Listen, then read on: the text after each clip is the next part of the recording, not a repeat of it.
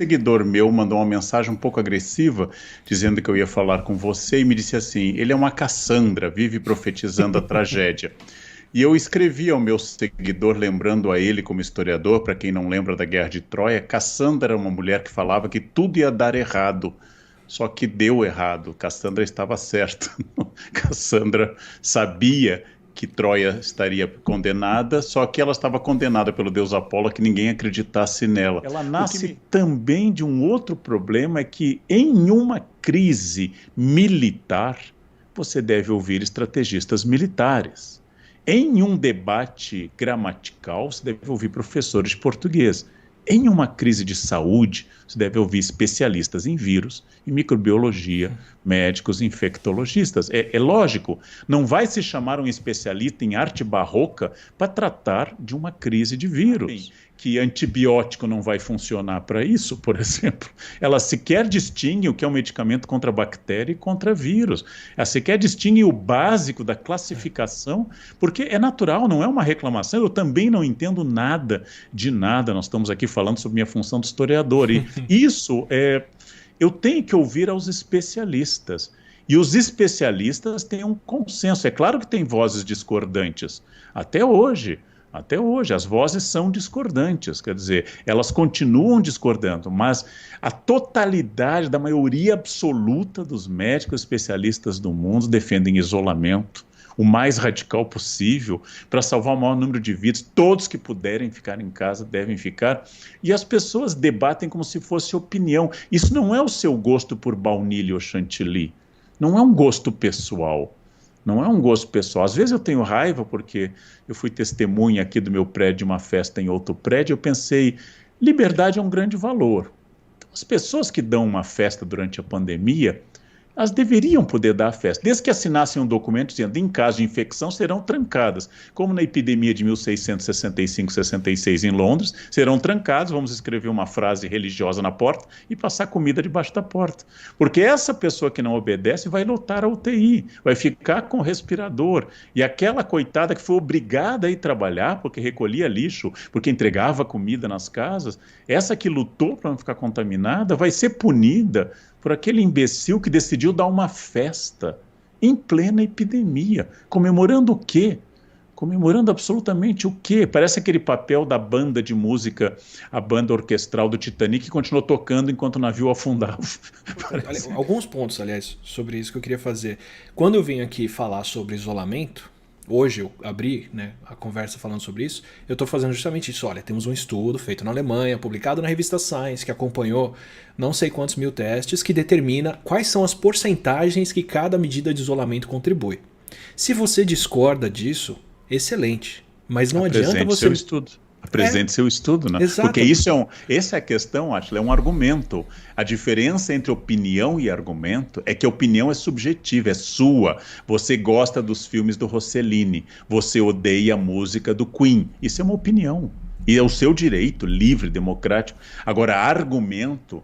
A água ferve a 100 graus centígrados ao nível do oceano. Se você discorda disso, apresente qual foi sua experiência, com qual água e com qual termômetro, com o qual você pode derrubar essa questão. A ciência cresce porque, exatamente como Galileu contestou parte do modelo aristotélico, porque são feitas experiências e se nota que o paradigma científico anterior está datado. Não? E esse paradigma livro que todos nós lemos na faculdade, A Estrutura das Revoluções Científicas, já bem debatida hoje, esse paradigma muda por uma série de motivos, não? Mas não pode ser a sua opinião. Que opinião eu, Leandro, historiador, posso ter sobre infecção por vírus? Nenhuma. Absolutamente nenhuma. Então, nesse caso, eu falo muito da história das infecções, mas quando eu falo fique em casa, não é uma opinião minha, é o estudo de especialistas. Agora, você não concorda com os especialistas? Isso é de uma arrogância tão infantil, ela é tão infantil que só pode ser uma questão mal resolvida com a autoridade. Literalmente. Átila, você deveria fazer um debate com quem nega. Não está aberto a debate isso. Não é uma disputa de opiniões e quem tem o melhor argumento. Tem esse estudo, ele mostra isso. Você discorda? Apresente um estudo equivalente numa revista equivalente. Sem dúvida, Atila, é porque nós dizemos em história que às vezes não tem o outro lado. É? Não tem o lado de quem defende o extermínio de judeus na Segunda Guerra. Eu não posso debater com o nazista. Vamos ouvir a opinião do nazista. Talvez ele tenha argumentos para justificar 6 milhões de assassinatos que eu não tenho. Bom, ele não tem e eu não posso ouvir isso. Esse é um paradoxo do Popper sobre como dar voz a quem quer destruir sua voz. Eu não tenho o outro lado em alguns casos. Eu não posso ouvir as razões do pedófilo. Eu não posso dizer, é pedófilo. Agora vamos ver, mas será que aquela criança não lhe irritou e você quis abusar dela? Não, a pedofilia é um crime, é uma coisa hedionda. Eu posso entendê-la psiquiatricamente, mas eu não posso debater com o pedófilo. Mas me diga aí, você tem a sua versão? Então, é isso. Eu não tenho o argumento do estuprador. Eu não tenho o argumento contrário ao argumento dominante da medicina contemporânea. Eu não posso defender ventosas e sanguessugas hoje para acabar com isso, porque não é esse o paradigma científico, né? Não é esse, não adianta botar bacias de água, como se fazia para cólera, bastar bacias de água nos pés da cama para que os miasmas do solo não subam pela cama, porque a teoria dos miasmas já foi vencida. Eu não posso debater com alguém que defende miasmas ou teoria dos humores, por exemplo, fulano é biliático, fulano... eu não posso debater isso, porque isso não é ciência. Agora, eu posso debater se eu gosto sobre Clarice Lispector. Eu posso debater se o voto é distrital misto, proporcional. Isso eu posso debater, porque há bons argumentos que favorecem uma e outra opinião. Agora, nem tudo tem o outro lado. Nazista não tem outro lado.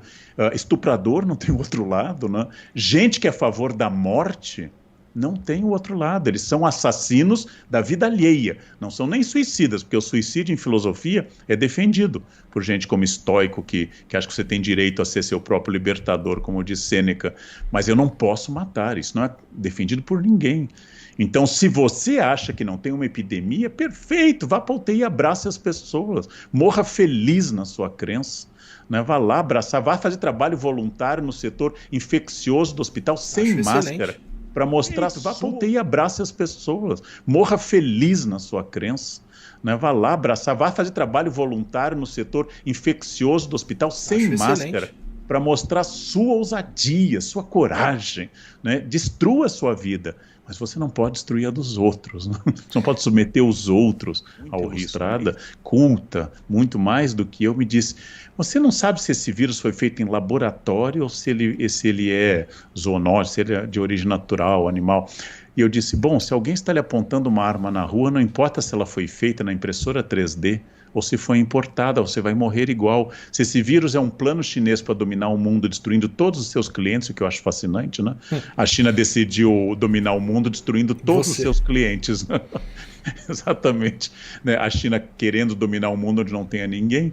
Então, tanto faz, eu estou lidando com um vírus que está matando. Então, se ele veio de um laboratório, se é uma praga dada por Deus, se é concebido a partir de um pangolim que namorou um morcego e voou até um chinês, isso é irrelevante para o fato que eu acho a coisa mais grave, para se dizer, quando você é pai de família. Né? Que você acredite que a Terra é plana, eu acho, como eu disse já em entrevistas anteriores, eu acho isso como um panda dourado, um unicórnio lilás. Eu acho uma coisa divertida, mas negar vacina de poliomielite para um filho devia ser perda da guarda imediata e criminalização. Isso é falta de estímulo a um debate científico, isso é falta de divulgação de ciência e, acima de tudo, com a internet democrática ou parcialmente democrática, que nem todos os brasileiros têm acesso a computadores e à internet, isso é também fruto de difusão de imbecis que agora tem seu púlpito na internet. Né? Porque antes a condição, o imbecil, ele tinha que ter mais trabalho. Se ele fosse publicar um livro, ele precisaria de um editor, ele precisaria escrever. Não, agora tem o Enter. Tem o Enter. E antes o imbecil só ia encontrar pessoas sãs ao redor, né? Hoje eles se juntam. Exatamente, aquela velha história do grande Nelson Rodrigues, né? Um imbecil numa rua do Rio de Janeiro, está lá tímido, porque os imbecis têm muito medo, e um dia passa um outro imbecil, ele fala, mas tem outro? E de repente começam a chegar outros e eles percebem que são maioria. e agora é isso, quer dizer, sempre houve. Mas agora, assim, nos anos para cá, eu diria de 15 a 20 anos para cá, eu digo para alguém que eu pesquiso o tema da Inquisição há 35 anos, que eu já publiquei tantos livros sobre Inquisição, que eu estudei tantos processos, e a pessoa me diz, mas isso é sua opinião. É de matar, né? É de matar. Porque, de novo, como você diz, a pessoa não contrapõe um argumento. Ela contrapõe o que ela viu na internet. Mas eu li na internet que a Inquisição não foi assim. Não? Então, realmente são só os idosos que estão ficando doentes. São só as pessoas do grupo de risco. De repente, você ter uma pré-condição deixou de ser pré-condição e virou sentença de morte. Porque você escolheu ter diabetes, você escolheu ter pressão alta, você escolheu ter essa condição, e agora se você morrer de Covid, sinto muito. Mas é porque você tem essa pré-condição, porque todo mundo que é saudável vai pegar Covid e vai sair bem. Né? O mais recente agora é a obesidade. Nós descobrimos que pessoas obesas sofrem muito mais com a Covid. Eu já vi manifestações de pessoas ignorantes falando, mas são só os gordos, qual que é o problema? Quem mandou comer demais? Né? Esse desprezo por doentes ou por certos grupos, como idosos, como os mais vulneráveis, ou como portadores de HIV, ou qualquer outra coisa, ele tem precedente e onde isso leva? Você vai dizendo isso, meu semblante vai ficando triste, porque seja nas democracias, mas principalmente nas ditaduras, todo o processo de eugenia, todo o processo de tentar controlar uma população para que ela seja apenas saudável, toda a formulação de um admirável mundo novo, como no romance do Huxley, ela é uma distopia, porque para produzir uma raça pura, que sejam de pessoas magras, não fumantes, não portadoras de HIV, sem Down, religiosas, heterossexuais, pontuais, loiras de olho azul, o custo humano dessa eugenia, ele é extraordinário e é historicamente muito pesado. Nem as democracias escapam disso, né? Os Estados Unidos, que em 1932 era uma democracia problemática, porque o racismo era institucional no Sul, Estados Unidos fez uma experiência no Alabama com negros com sífilis. Essa experiência se estendeu por quase 40 anos. Ela já chegou a um período da história em que a penicilina já era eficaz contra a sífilis, e essa penicilina foi negada para dezenas, aliás, centenas de negros, porque eles queriam ver a evolução da doença até sífilis terciária. Isso foi denunciado em 1972. Sim. A experiência do Alabama é uma experiência trágica feita durante uma democracia problemática porque oficialmente racista no Sul. Então, a primeira vítima dos nazistas não foram judeus. A primeira vítima política foram comunistas, mas a primeira vítima antes dos comunistas foram as pessoas com Down, que os nazistas fizeram propaganda de que pessoas dotadas do que se chamava na época de cretinismo, imbecilidade, etc., eram consumidores dos recursos da Alemanha. Enquanto o trabalhador alemão vivia sem dinheiro, esses débeis mentais, se dizia a propaganda dos grandes membros do partido como Goebbels, estão ocupando o recurso, então vamos matá-los. Eles foram mortos por CO2. Quer dizer, ainda se escolhe um tipo de morte asfixiante terrível. Depois se parou com isso por um motivo industrial. Para fazer CO2 tinha que acionar descargas de caminhões e a gasolina estava escassa na Alemanha. Então, toda justificativa eugênica, vamos afastar os idosos oneram a Previdência e são o grupo de risco, mas vamos afastar os diabéticos, porque inclusive a tendência à diabetes vai aumentar se os diabéticos tiverem filhos, né?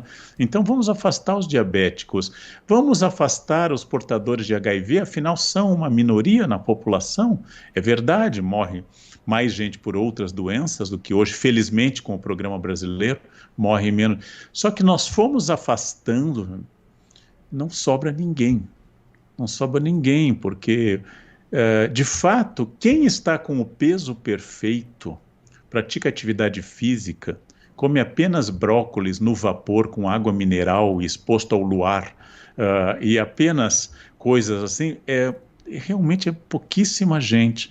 Então vamos suspender os impostos. Por que que eu devo dar em dinheiro para que o governo sustente creche se eu não tenho filhos? Se você tem filhos, o problema é seu. Não deve ter USP, Unicamp ou federais, porque se eu não tenho filhos, para que vai ter esse tipo de universidade para os seus filhos?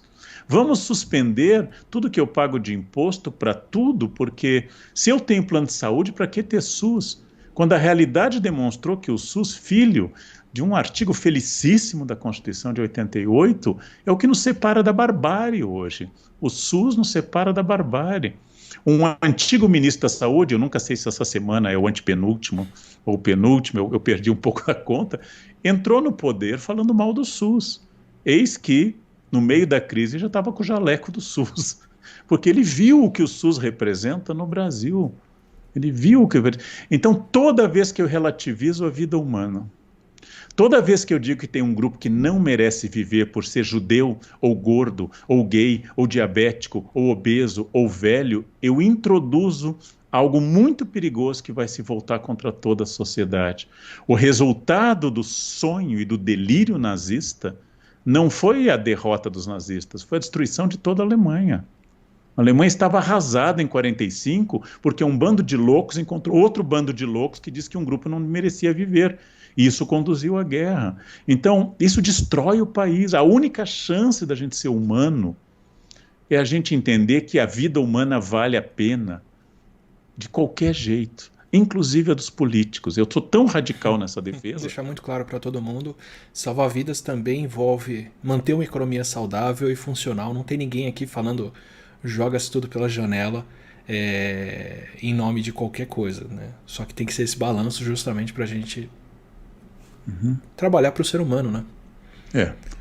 E isso para a área de humanas e principalmente sobre a questão do valor da vida, isso é problema. Toda relativização de vida. Fulano é um criminoso, deve morrer. Fulano é um marginal, deve morrer. Fulano é pobre, não é tão dramático. Fulano é velho. Ela é o início de uma infecção.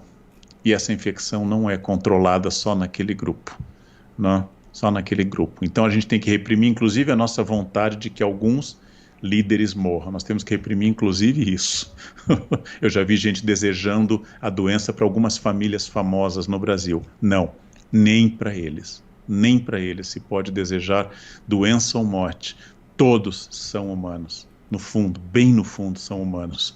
E todos têm que ser salvos o máximo possível de vidas nesse momento. Então não tem ou, não tem conjunção alternativa, não tem ou. Não é a bolsa ou a vida, é sempre a vida. Porque se não houver vida, você não precisa da bolsa, né? Isso é mais ou menos lógico, a escolha de Lacan. Escolham a bolsa ou a bolsa de valores. Exatamente. Muito obrigado, professor. Milhões de pessoas com realidades geográficas, econômicas, com uma diversidade econômica brutalmente desigual. Tudo isso tem que ser discutido, mas nenhuma discussão, né, pode relativizar a vida ou dizer que são uma perda aceitável. Quantas pessoas da sua família são uma perda matematicamente aceitável? Quantas pessoas da sua família podem morrer para que você considere que tanto faz? Então, nenhuma vida humana é uma perda aceitável, uma derrota sempre de qualquer um. É isso que me deprime quando eu vejo morte por qualquer motivo que não seja um motivo natural. Nós temos que dizer, como Mark Twain nos disse, que tem 2 dias na vida. Um é quando você nasce, é um dia importante. O segundo dia mais importante é por que você existe no mundo. É o seu segundo nascimento. Se você não conseguiu responder ainda por que você vive, se você ainda não tem um motivo para viver, pelo menos não negue a vida para os outros. Se você ainda não deu uma resposta, ouça mais especialistas. Não confie em mim. Ouça especialistas, não confie na minha fala, não tenha gurus, estude estudos confiáveis, não é o seu grupo de churrasco, não é o seu WhatsApp do jogo de salão, gente, é estudo confiável, não é quem bebe com você, são pessoas legais, mas eles não sabem distinguir vírus de bactéria, então não escute a eles, escute especialistas e pense na vida como se fosse a sua, do seu filho, da sua mãe, da sua esposa, E pense na vida sempre como insubstituível, o único valor absoluto do mundo. Se você não pensar assim, não só você deixa de ser humano, mas você passa a ser um elemento deletério. E destruir o próprio hospedeiro, isso é coisa de vírus.